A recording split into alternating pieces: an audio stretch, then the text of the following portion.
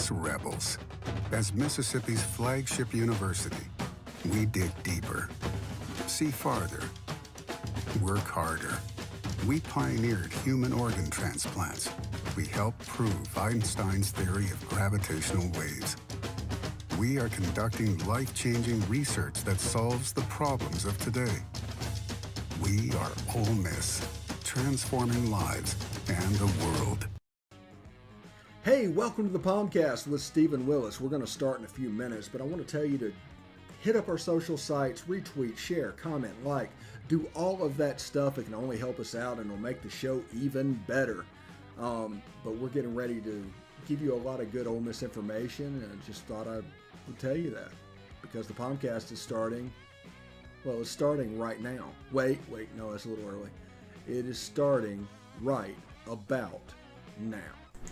All right, welcome to the POMcast on this Wednesday morning. I am your host, Stephen Willis. Before we get started, got a ton of stuff to go to, a depth chart release, and we're going to talk about the surprises there. And we have the press conference highlights from yesterday, including Lane Kiffin, Otis Reese, and Jerry and Ely. So stick around for that. But first, I want to tell you about Travel and Cruise World. That's 1-800-330-7461.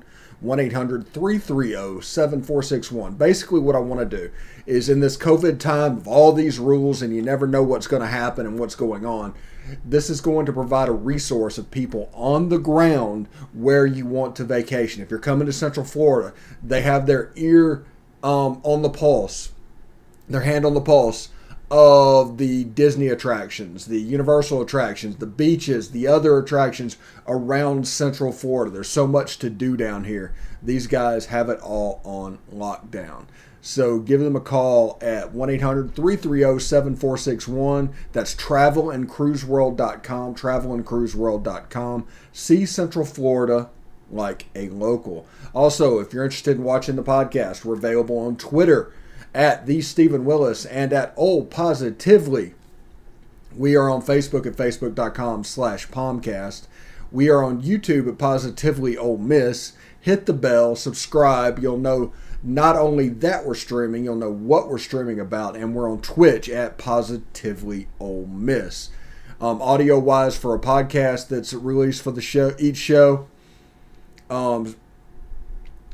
Apple Podcasts, Google Podcasts, Stitcher, SoundCloud, Spotify, iHeartRadio, TuneIn Radio, Pandora, Amazon, and Audible.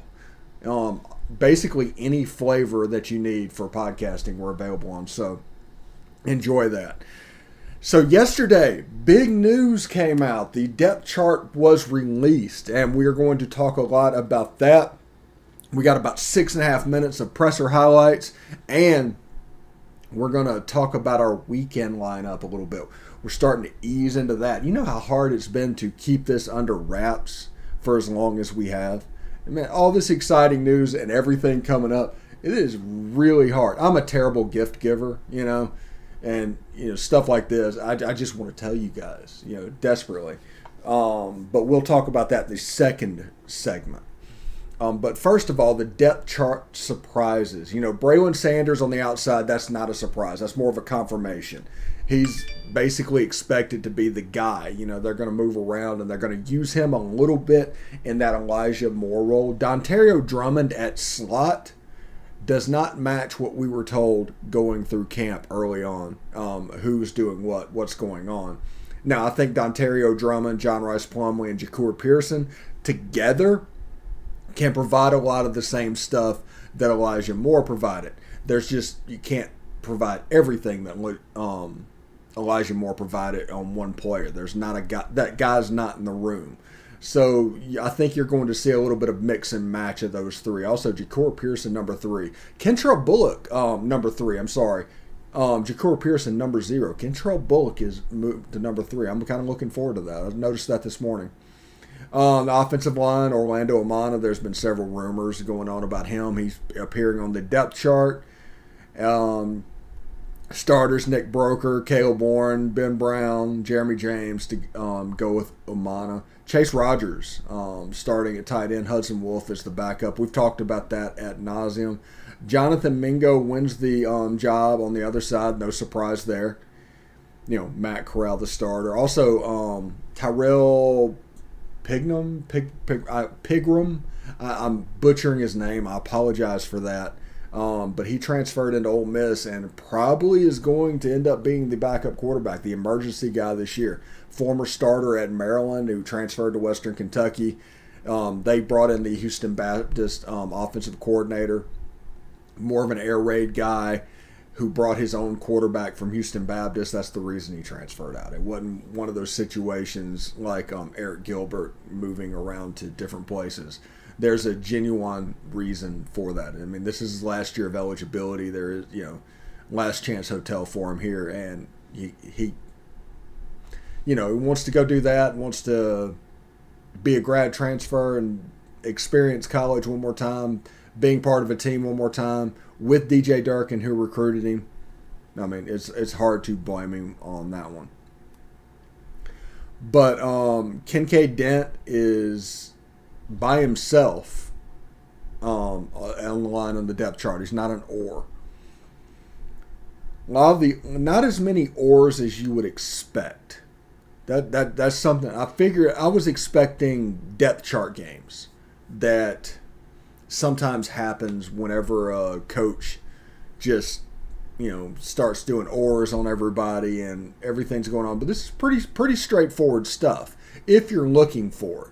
If you're not looking for it, if you think all depth charts are a waste of time and everything, I mean, it can be meaningful and they can play games. Both things can be true and be perfectly acceptable. Now, if you understand that, you can find the little nuggets of information that people want and people need, because there's been no depth chart stuff over the last month. Defensive side of the ball, they're listing the defense is a 4-2-5. Last year it was more of a 3-3-5. I think personnel-wise they're doing this a 3-3-5. So what that entails is Sam Williams playing with his hand down. Now there might be a situation where the 3-4 looks like a 3-3-5 looks like a 4-2-5. We talked about the defense ad nauseum, but I think it might be a statement of intent. Only 2 linebackers on the field. There's ors on both of them. So we don't know who's going to go out there until the game starts. Lakeem Henry or Mark Robinson at outside linebacker. That would be traditionally the Sam, I believe. And middle linebacker Chance Campbell or Momo Sanogo. So you got 4 guys that are basically co-starters at that point. I think they're all play. But that is something to keep an eye on. One of the cornerback positions, Jalen Jones or Miles Battle. Jalen Jones or Miles Battle. Also, Keydron Smith. Everybody talked about him being free safety. He's apparently a backup at strong safety, and that's fine. That's just not what we'd heard. He's backing up Jake Springer, who changed his number to number 1. Otis Reese changed it to number 3. He's playing at nickelback. Starting there, his backup is Tyler Knight and Tysheem Johnson, who is our pick to break out from the freshman class this year, playing that position. DeAndre Prince is listed as an or with Dean Leonard. AJ Finley starting free safety. That's kind of expected. Kicking off is going to be Caden Costa. So you'll get to see him if we kick off the very first play of the season. Place kicking, though, is Caden Costa or Kel Nation. So it's still competing. There's still a little bit of like what's going on. Mac Brown, the punter. Mac Brown also the holder. Kickoff returns Jared Ely. Punt returns Jonathan Mingo. That's kind of interesting. I'm looking forward to that. I think Mingo returned a couple of punts in the Outback Bowl. Or maybe it was the LSU game. One of those last 2 games last year, he went back there. But he's at 6'2", 225 returning punt. So I'm curious to see how this is going to go. But the surprises on the depth chart would probably be Dontario Drummond in the slot, Cedric Johnson over T. Tisdale, and Jalen Jones coming back from his injuries to actually take the lead at that corner position, a player that's moved around a little bit.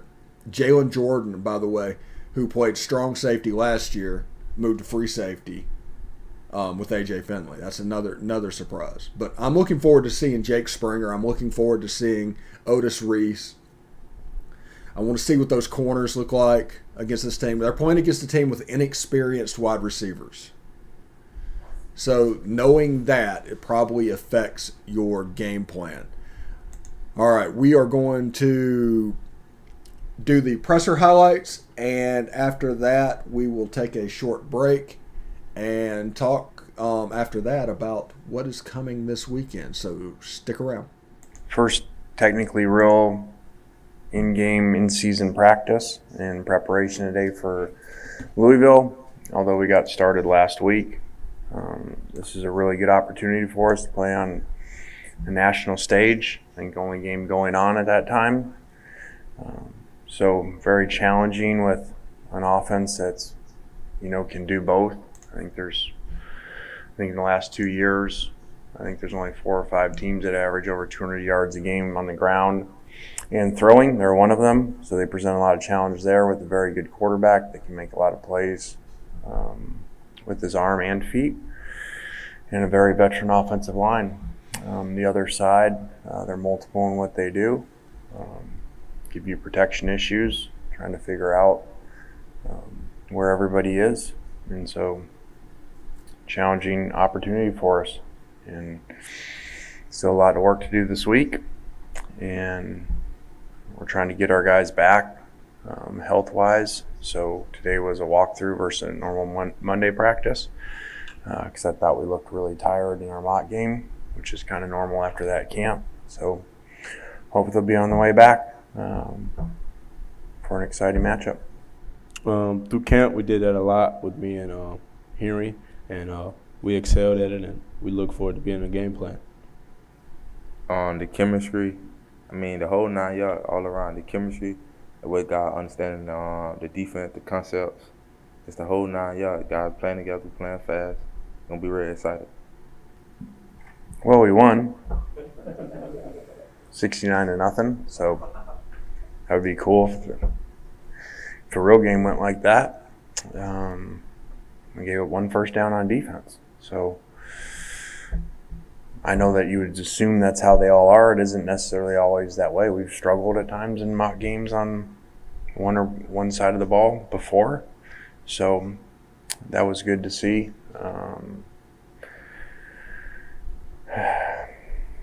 And it was pretty easy. So everything seemed good.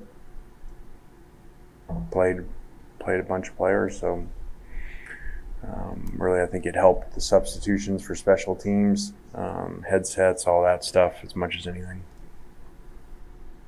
Real excited, man.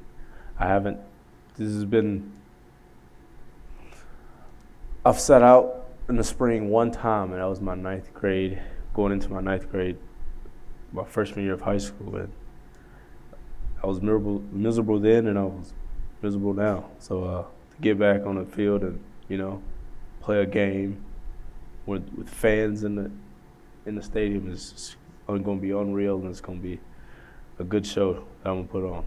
No doubt about it. Coach been coaching a long time, so he know the in and out of the game and like how things should go. But I see what he was saying, like us missing the spring and them coaches just not getting here, and new players coming in. We miss like understanding, like having a whole year understanding the scheme of things and like tackling little things. Like every coach wants things done different, and every coach like teaches things different in their way. And just having a whole year on the Coach Durkin and Coach Parchment belt, I think the defense we real comfortable. We just ready to go out there and execute. Well, it's been unusual just because the mock game fell on strange days too, because we had to do it at night so we could get used to a night schedule, and we don't do morning classes, so it would have been too hard to do Monday night, which really would have been when it would have been, which today is actually Tuesday. So you can see how it gets confusing. So we basically played a game that's on Monday that normally are on Saturdays on Sunday. So we're a little bit out of whack that way, and so we just really talk in days of what it is. And so today was the first of 2 Mondays for us from a preparation standpoint, practice-wise. So I think it'll get easier as the week goes. Everybody been saying that. I don't know why. I do feel faster. I wouldn't say I do feel faster, but I feel like I'm moving more efficiently.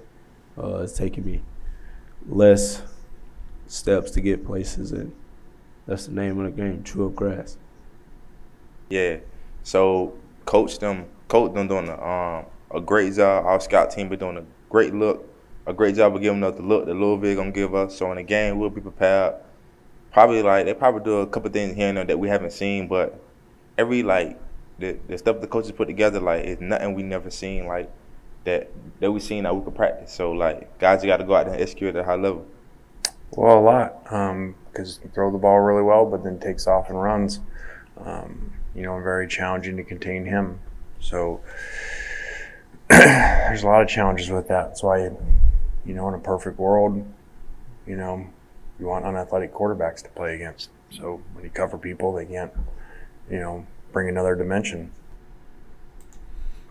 That's absolutely true. You want the statuesque quarterbacks that was all the rage back in the NFL days as who you're going against, because you can predict what they're going to do.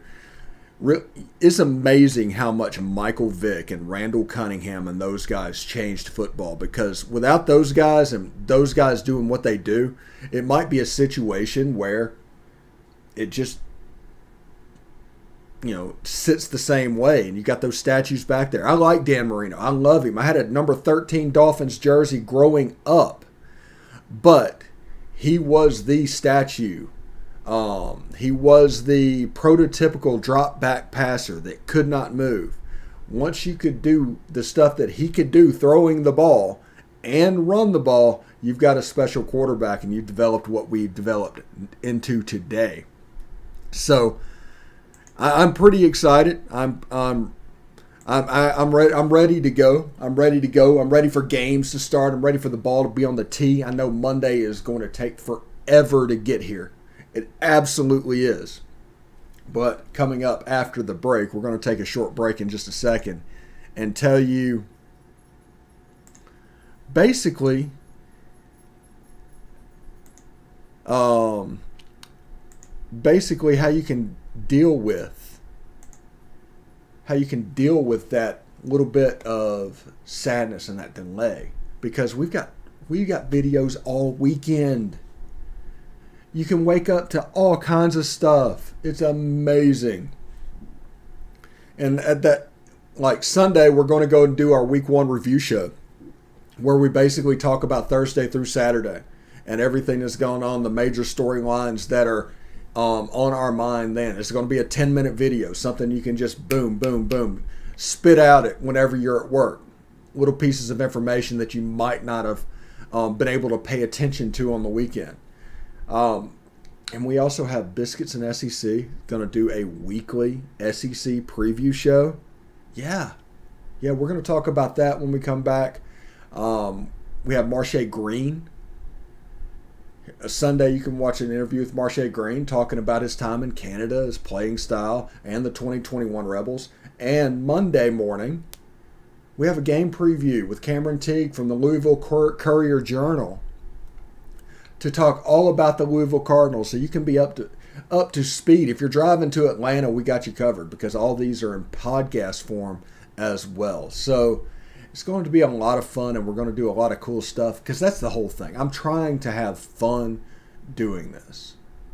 Actually, we're going to take the break real quick, and when we come back, we will tell you all about what we're doing for the weekend and what our vision is for it to happen. Stick around.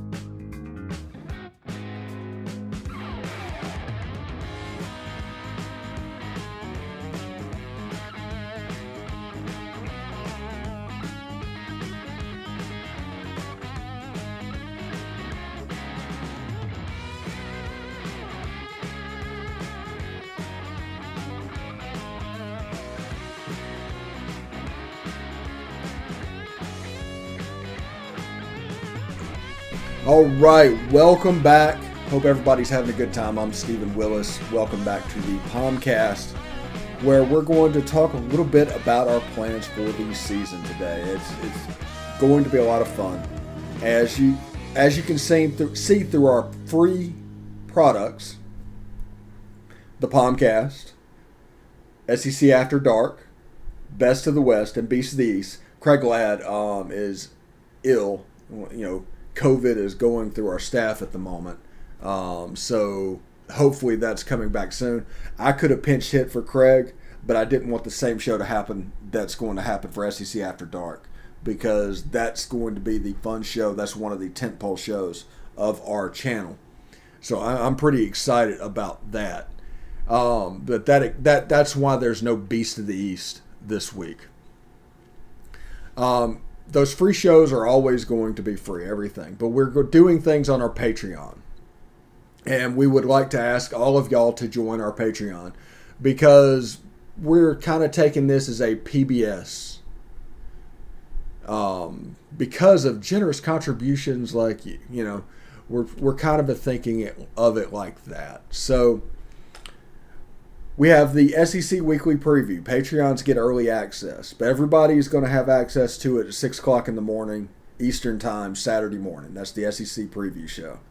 All interviews, we're probably going to do them on Sunday. We're going to do them at a time when there's nothing else really going on.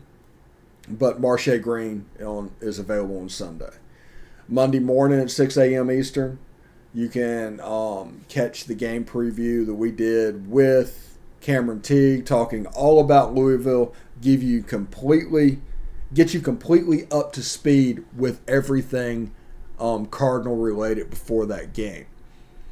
So those three things, we're looking at doing that. We have Biscuits and SEC. They've come on board and they are offering to do a weekly show. This is going to be our version of SEC Nation, to where they talk about all the games going on in the game. We're going to release it at 6 in the morning. You can on-demand it. If you're going to the game, the podcast form will be there. You can put that on the radio and listen to it and all the stuff. Listen to that, SEC After Dark, and you're going to be good if you're going to Oxford, if you're going to Atlanta, wherever you're going. This should tide you over nicely. We're going to do the review show. I enjoy doing the review show. It's about 5 to 10 minutes of the major storylines of the preceding football weekend. So Sunday, we will do it on Saturday to Thursday, talking about the things that need to be talked about, things that caught my attention over the weekend, things that I paid attention to. Not necessarily the things that the mob is paying attention to or the crowd is paying attention to. It's the things that I'm paying attention to, what got my attention. So that'll be the review show on Sunday. And that's really what the weekend lineup looks like. We're going to try and find somebody to do a game preview each week. It's going to be really hard after the for the Austin Peay game. Understand that. I tried for 4 months to get somebody to talk about Austin Peay, to preview it. Couldn't find a soul. I think Corey is hooking me up with a person that does FCS football with the Believe Network, so hopefully we can just talk about Austin Peay there. But just understand that. But we'll have Biscuits and SEC talking about everything that's going on. I think September 11th is the Arkansas-Texas game. They got Rice in week 1. So it's like a nice Southwest Conference schedule for them. If after Texas they'd play A&M, it'd be perfect. It'd just be absolutely perfect. Throwing Houston in there, maybe a little SMU. Oh, man. I'm a big fan of the Southwest Conference. Love the Southwest Conference. I think the Big 12 should rebrand itself as the Southwest Conference. Whenever this is over, whenever the Big 12 expands, drop that name. The Big 12 name is toxic. Go back to the Southwest Conference. Reform. Handle your business. Do whatever you need to do. I want Houston. I want Rice. I want SMU in that conference.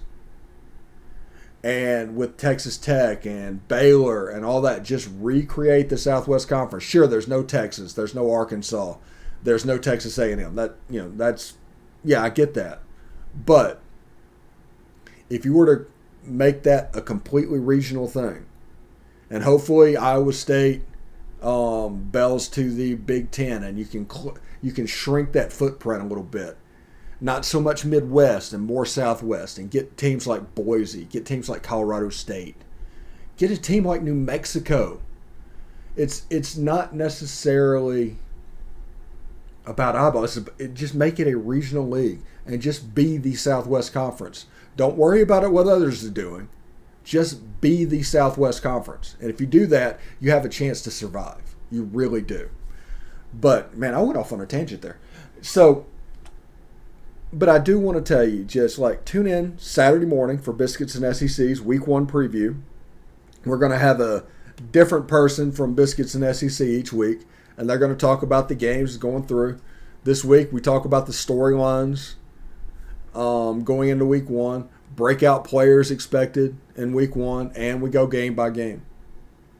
Some of these games that you're expecting to win, like Alabama, we genuinely talk about. We think there could be a slow start to that game. We expect Alabama to win by a few scores, but it's one of those games that might go into halftime and you're like scratching your heads like, what's going on? Kentucky could be in trouble for UL Monroe. They're playing against a team that runs the football, that moves the clock. They're favored by 31. And they're just now discovering the forward pass. Now, I think they're going to run the ball. I think all that's going to be good. But there's a chance for a little bit of a hiccup there. Now, I think Kentucky's going to win the game. That's not what I'm saying. I'm talking about that 31-point spread. Same thing goes with Auburn being favored by 37. 45-7 is required to cover. 38-0, 45-7. So if Akron can score 10 points, that line is almost out of reach. So can Akron score 10 points? New defense. Derek Mason calling the shots over there. There's plenty of opportunity for a hiccup. Absolutely. There's just huge lines. Tennessee 31, I think, over Bowling Green. We didn't touch that one for SEC After Dark because on the pick'em because the game's Thursday and we 6 Saturday. But think about that game. 31 points. With as much as they lost on defense. Let's say Bowling Green scores 17. Well, now you have to score 48 to cover. We just reached an era where you can't count on just completely shutting down the other team. So whenever a line like this happens, like I could see a 48-17. I mean, I could see that in this game. It's just huge numbers early in the season scare me to death. It just really does. So tonight at 8:30, chat will be open. Tweets After Dark will be open. Lines will be open for SEC After Dark with me and Corey Burton and Jeb Beecham. Tune in for that. Tomorrow we'll be back with another POMcast, and then we'll kind of get ready for the weekend. And we've got like Saturday, Sunday, and Monday videos already scheduled. They're already in the bank. They'll be ready whenever you need them. So when you're driving to Atlanta or wherever you're going, all this stuff will be there for you, including if you're going to Atlanta, the Week 10 review show. The diversity of this channel and what we're doing is what's going to make us stand apart. Everything's SEC football, Ole Miss football. We're not trying to be divergent in what we're covering. But we are trying to get different perspectives within what we are covering. Biscuits and SEC for the SEC. And then me, Corey, Jeb, SEC After Dark. Then Best of the West, Jake and Kevin. Beast of the East, Craig and Corey. All these different perspectives of what's going on to go along with the Ole Miss perspective, which I think I have a pretty good handle on how that should go. So I'm pretty excited about that. But want everybody to tune in tonight, tune in tomorrow. Have a good time. Be safe at games. But most of all, enjoy week 1 of college football. We finally made it. This unbearably long off season is finally over. So we'll see you tomorrow. We really will. See you tomorrow.